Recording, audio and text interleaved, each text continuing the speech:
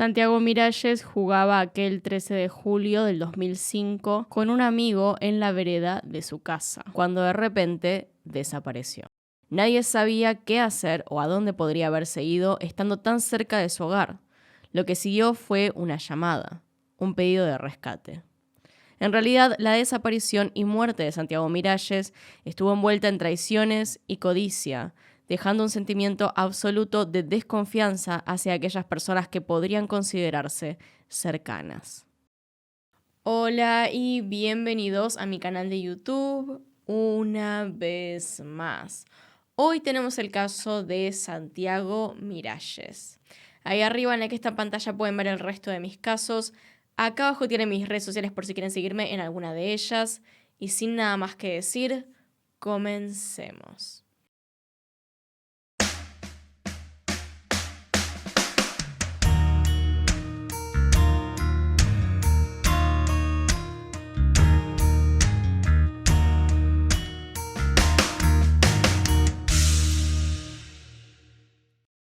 Hace más de 18 años que sucedió el homicidio de Santiago Miralles. Sin embargo, la crueldad de su caso hacen que hasta el día de hoy sea recordado en Argentina, donde sucedió. Dado que Santiago tenía solo 6 años al momento de los hechos, no hay mucho que podamos contar sobre él. Vivía junto a sus padres Silvia Morales y Walter Miralles y su hermanito menor, además de su abuela, en Canning, una ciudad de la provincia de Buenos Aires, correspondiendo parte de la misma al municipio de Echeverría y otra al de Ezeiza. Para cuando los hechos sucedieron en julio del 2005, Santiago se encontraba en primer año de primaria. Según lo que sus padres contaron en diferentes medios, su hijo disfrutaba de ir a la escuela, era un niño muy responsable e incluso muy maduro para su edad. También lo han descrito como un niño muy cariñoso, dulce y de por sí muy feliz, quien esperaba a sus padres con un abrazo todos los días cuando volvían del trabajo. Y a modo de anécdota, dejaron saber que disfrutaba mucho de acompañar a su abuela a misa, algo que extrañaba a sus conocidos y familiares, porque Santiago se tomaba muy en serio la religión y le encantaba rezar con su abuela.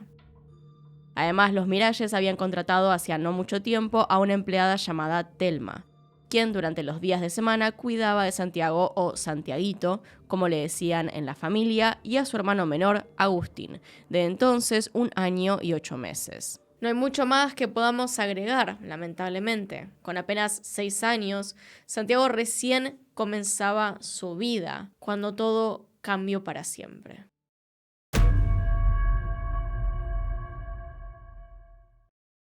Los hechos sucedieron en la tarde del día miércoles 13 de julio del 2005. Santiago llevaba ya un rato jugando en la vereda con el hijo menor de sus vecinos, Nicolás, cuando su padre se acercó para pedirle que no se alejara de la puerta de las casas. Tenía que dejar de vigilarlo por un rato para llevar el auto al mecánico, para que le arreglara ciertos desperfectos. Es algo que probablemente hoy no se le ocurriría a nadie hacer, pero casi 20 años atrás era más bien común. Canning no era una localidad peligrosa en la que se tuviera que tener especial cuidado. Y lo que Walter hizo ese día era algo que habían hecho muchísimas veces antes. Recordemos que Santiago estaba jugando en la puerta de su casa con el hijo más chico de los vecinos, quienes eran en realidad caseros que cuidaban la quinta que se encontraba al lado de la casa de los Miralles. Dado que Nicolás estaba ahí también, Walter creía que su hijo estaría siendo cuidado, o al menos vigilado por la mirada de los vecinos. Sin embargo, esto no sucedió.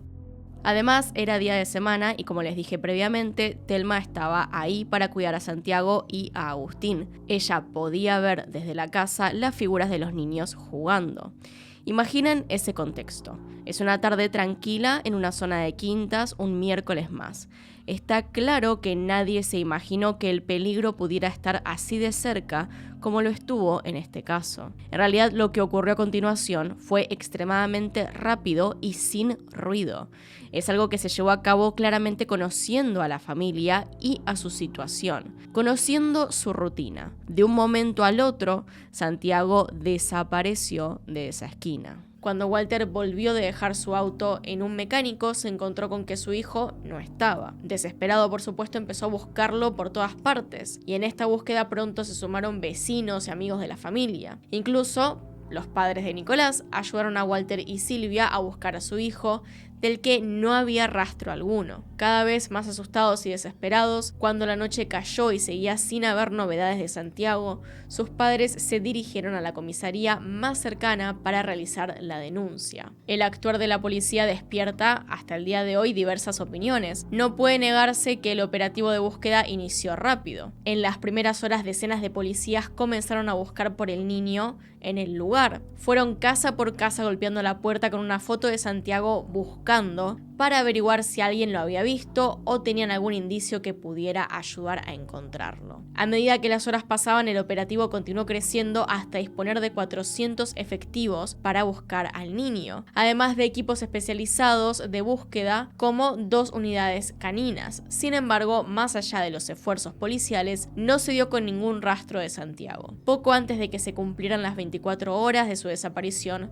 sonó el teléfono fijo de la casa de los Miralles. Quien atendió fue la abuela de Santiago. Le dijeron: no quiero policías ni prensa. Prepara 20 lucas para mañana si querés volver a ver al nene. Si bien ahora mismo 20.000 pesos no parecen demasiado, en ese momento era una suma de plata bastante importante. Y sin embargo la familia se dispuso a juntar el dinero. Pero los Miralles no eran gente de plata. No tenían un pasar económico extremadamente bueno, sino que más bien eran de clase media. Y conseguir 20.000 pesos les fue complicado. Para el viernes, día que el secuestrador les había dicho que debían tener el dinero, la familia solo había conseguido reunir 5.000 pesos argentinos, pero aún así tenían esperanzas y estaban ansiosos de poder recibir una llamada para intentar pedir un plazo más largo. Sin embargo, el teléfono no volvió a sonar. La persona que estaba pidiendo el rescate no los llamó. El hecho de que los secuestradores no volvieran a comunicarse por el rescate alertó profundamente a las autoridades. Si habían pedido dinero, ¿por qué de pronto ya no les interesaba?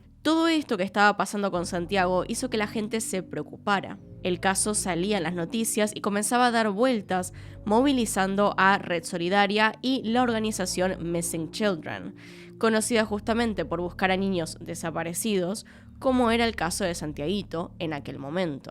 Pero en realidad muchas de las pistas que obtuvieron dando a conocer la historia eran falsas, y Walter, el padre, tuvo que salir a pedir que entregasen al niño a la policía y ya. Con lo peor en mente, la policía bonaerense intensificó el operativo de la búsqueda. Al día siguiente, un sábado, enfocándose especialmente en la zona lindera a la casa de la familia, intentaron otra vez, puesto que habían logrado definir la llamada como proveniente del mismo barrio. Y ahí es donde viene lo más polémico en el actuar de la policía. En el primer rastrillaje de la zona, el día jueves, uno de los perros de búsqueda se había mostrado insistente a 50 metros de la casa de los Miralles, a la casa quinta junto a esta, pero fue ignorado por su equipo hasta el sábado, en que volvió a repetir su comportamiento. El perro se detuvo y comenzó a ladrar hasta que la patrulla de búsqueda paró también y decidieron revisar. Hasta ese punto habían creído que la razón por la que el perro solía detenerse en el rango cercano a la casa tenía que ser porque se habrían llevado al niño en auto, impidiendo poder buscarlo de esta manera. Pero no era por eso. El perro los guió al jardín de la casa, donde había una pesada tapa de cemento tapada a su vez por tierra. Hasta entonces los oficiales habían entrado ya varias veces a la quinta de los vecinos porque estaban muy cercanas una de la otra, pero ahora les llamaba la atención la piedra que había ahí, tapando. Cuando levantaron esta tapa de cemento, se encontraron una cámara séptica y un pozo negro. En el fin de este podía verse el cuerpo de Santiago. En su cuello tenía atada con una cuerda una caja de cerámicas para evitar que saliera a flote. Además, tenía los pies y manos atados. A las 16 de la tarde, tras ese hallazgo, se dio por terminado el operativo de búsqueda y fueron detenidos 3 hombres y una mujer que vivían en la casa por el crimen. La madre de Santiago no pudo evitar correr hacia ellos y gritarles asesinos, ya sabiendo lo que habían hecho. Fueron detenidos Enrique Coito, Ana Isabel Machado, su hijo mayor Henry Alexander y el padrino de este, Abel Domínguez Farias, quien al igual que el matrimonio también era casero de una de las quintas cercanas a la que los propios Coito Machado cuidaban. Farias era el medio hermano de Enrique. También se llevaron detenidos a Jorge Fernández, quien se dice fue una de las piezas clave en el caso por uno de sus dichos. Y por último, se llevaron a un menor de 15 años. Previamente, Walter Miralles había visto a Jorge Fernández, de 19 años, sacarle fotos a Santiago mientras jugaba en la casa de al lado el día antes de que éste desapareciera. Pero aparte, el mismo Jorge le había dicho a las pesquisas, cuando fue entrevistado en calidad de testigo, que por ahí está en un pozo de agua.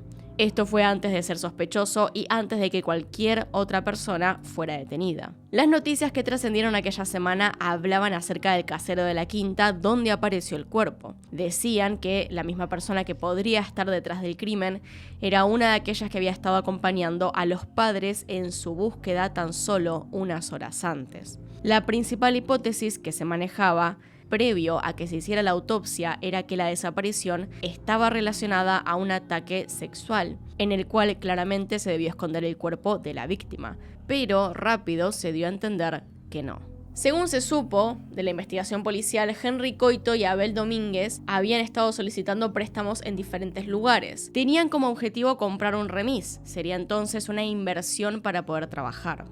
Estos préstamos sumaban la cantidad de 20.000 pesos, los cuales estaban debiendo. Y sí, esa es la misma cantidad de plata que se le pidió a la familia de Santiago. Esto fue para la fiscalía un indicio claro del motivo tras las acciones de estas personas, que sin embargo nunca se declararon culpables de lo que había sucedido. Los investigadores no solo manejaron la hipótesis de un fallido secuestro extorsivo, sino que también consideraron una venganza contra los padres del niño, ya que tiempo atrás, el padre de la víctima, Walter Miralles, denunció al casero y a su hijo porque, según él, habían robado un equipo de música de su casa. Sin la colaboración de los acusados, la fiscal encargada del caso, Karina López, llevó una reconstrucción de los hechos según la cual el secuestro de Santiago había sucedido sin mayor problema. El niño conocía a sus captores y confiaba en ellos, por lo que irse con estas personas había sido algo voluntario incluso. Se examinó el auto de uno de los entonces 6 detenidos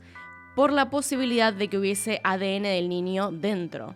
Era el auto del uruguayo Abel Domínguez, un Volkswagen Gol color rojo, y había manchas de sangre que salieron al aplicar reactivos. Las manchas en cuestión se encontraron en el baúl y en un trapo hallado en el asiento trasero. Además, el medio hermano del casero, que vivía a metros de la familia Miralles, tuvo de alguna u otra forma que ver en todo esto, dado que al entrar a su casa se pudieron encontrar cerámicas similares a las que había dentro de la caja atada al cuello de Santiago. Los acusados lo mantuvieron primero en la casa quinta, en la que trabajaba Abel Domínguez Farias, más alejada de la casa de los Miralles. Dado que los implicados no admitieron su participación en el crimen, no podemos saber exactamente cuál era su plan. Pero la fiscal y la policía propusieron que el gran operativo de búsqueda puso nerviosos a los secuestradores y, siendo incapaces de mover al niño a un lugar más lejos de la zona de búsqueda, terminaron llevándolo a la casa quinta que cuidaban Enrique y Ana Isabel. Desde ahí fue que se hizo la llamada con el pedido de rescate. El análisis de esta llamada permitió determinar que había sido Henry quien la realizó. Según la reconstrucción de hechos, el nerviosismo y miedo de los captores fue aumentando todavía más hasta arruinar el plan del rescate por dinero. Antes del viernes, cuando debían volver a llamar a la familia Miralles para darles las indicaciones de dónde dejarlo, acabaron con la vida de Santiago. Según los rastros de sangre y otros elementos, se llegó a la conclusión de que habían golpeado al niño en la cabeza en el baño que quedaba a metros de la cámara séptica donde lo escondieron. La autopsia al cuerpo confirmó esta teoría, demostrando que había sido golpeado fuertemente en la cabeza 2 veces. Estos golpes lo habían dejado inconsciente, pero no habían acabado con su vida. De hecho, la autopsia arrojó que Santiago había sido sumergido en el Pozo Negro todavía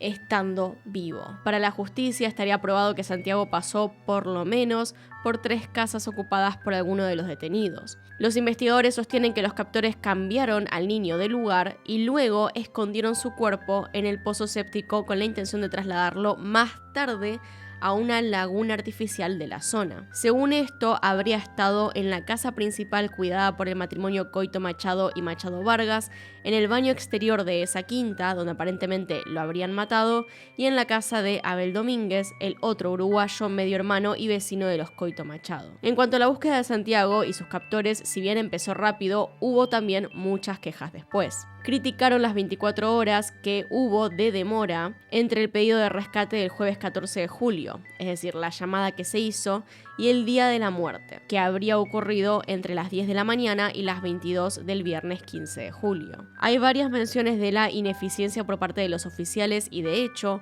Juan Carlos Bloomberg fue un gran crítico de la policía de León Arcelanian y de la fiscalía. Bloomberg es un hombre que sufrió la muerte de su hijo tras un secuestro y desde entonces se dedicó justamente a defender a otras víctimas y a hablar al respecto, entre otras cosas. Dijo justamente sobre este caso lo siguiente: ni la policía bonaerense ni la fiscalía actuaron bien, porque hubo un llamado extorsivo y el teléfono no estaba intervenido, y hubo un perro que detectó algo en la casa vecina y no se hizo un allanamiento. Le recomendó también al padre de Santiago que no se callara y que dijera toda la verdad, y que a quienes sufrieran el secuestro extorsivo de algún familiar les dijo que lo denuncien también a la prensa para ejercer presión a las autoridades. Sin embargo, el padre de Santiago se mostró conforme con el rumbo que tomó la investigación cuando ya estaban deteniendo a los sospechosos, y como sea, se había llegado finalmente a tener a los 4 sospechosos principales detenidos. Sin embargo, nunca se pudo determinar quién había sido el responsable de golpear al niño o de sumergirlo en la cámara séptica. Desde el momento en que se descubrió su cuerpo, los 4 individuos quedaron arrestados en prisión preventiva, quedando a la espera del juicio. El juicio se llevó a cabo en 2008, a cargo del Tribunal Oral Federal de La Plata I, conformado por los jueces Carlos Rosanowski, Norberto Lorenzo y Horacio Insaurralde. El fiscal del juicio fue Carlos Dulao Dum, y en conjunto con la querella, es decir, el representante legal de la familia Miralles, la abogada Adrián Ayuso, solicitaron cadena perpetua para los 4 individuos, acusándolos de secuestro extorsivo seguido de muerte agravado por ser la víctima menor de edad y además por la participación de 3 o más personas. Ya se había pospuesto 3 veces por diversos problemas. En las primeras 2, uno de los imputados había pedido una prórroga para designar a otro abogado defensor, pero finalmente se llevó a cabo el juicio. La defensa del matrimonio Coito Machado y de su hijo estuvo a cargo del abogado Santiago Marino Aguirre, quien trabajó en conjunto con el abogado del cuarto acusado. Ambos abogados pidieron las absoluciones de su cliente, alegando que el cuerpo había sido colocado en su casa por terceros, es decir, que su encarcelamiento era a causa de evidencia y una escena de crimen armada. Además, la defensa armó su argumento en torno a que la familia era un chivo expiatorio, una manera rápida de cerrar el caso, un perejil, y que se los había elegido a ellos por ser pobres y extranjeros. De hecho, haciendo uso de su derecho a hablar antes de escuchar el veredicto, los acusados volvieron a declararse inocentes, reclamando justicia para sí mismos, incluso dando a entender que quienes habían plantado el cuerpo de Santiago en su casa eran cercanos a la zona en que vivían, pero nunca se explicó a quién o quiénes se hacía referencia con estos comentarios. Walter Miralles había pedido un juicio como corresponde, que les dieran a los 4 acusados la mayor pena y que se tuviera en cuenta que Santiago tenía tan solo 6 años, que no representaba un peligro para nadie y que aquellas personas de un día para el otro habían decidido quitarle la vida. Al momento de dar el veredicto y por pedido de los acusados, estos se retiraron del tribunal para no estar presentes al momento en que se anunciaran sus condenas. El tribunal consideró a los 4 como coautores penalmente responsables de secuestro extorsivo triplemente agravado por tratarse de una víctima menor de 18 años, haber participado del hecho 3 o más personas y haberse ocasionado intencionalmente la muerte de la persona ofendida, por lo cual se sentenció a todos los implicados a cadena perpetua. Al joven de 19 años y al entonces adolescente de 16, el juez decidió excarcelarlos.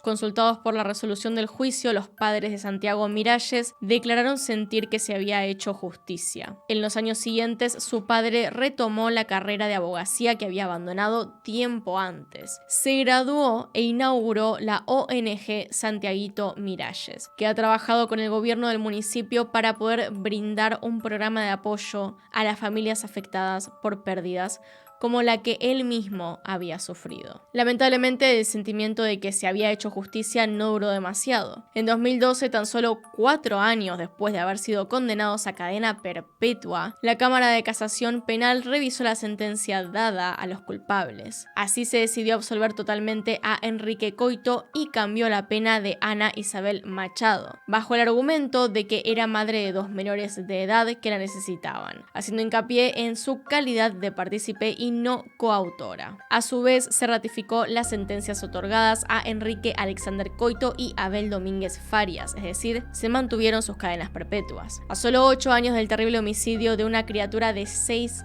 años, la mitad de los acusados y culpables caminaban libres por las calles de Buenos Aires. Así que bueno, hasta acá llegamos con el video de hoy. Díganme qué piensan abajo en los comentarios, que los estoy leyendo. Acá están los Patreons y los miembros del canal. Gracias por apoyarme a través de esas plataformas. Y sin nada más que decir, acá tienen un video nuevo, acá tienen un video recomendado. Se pueden suscribir haciendo clic en mi cara y nos vemos en otro video. Adiós.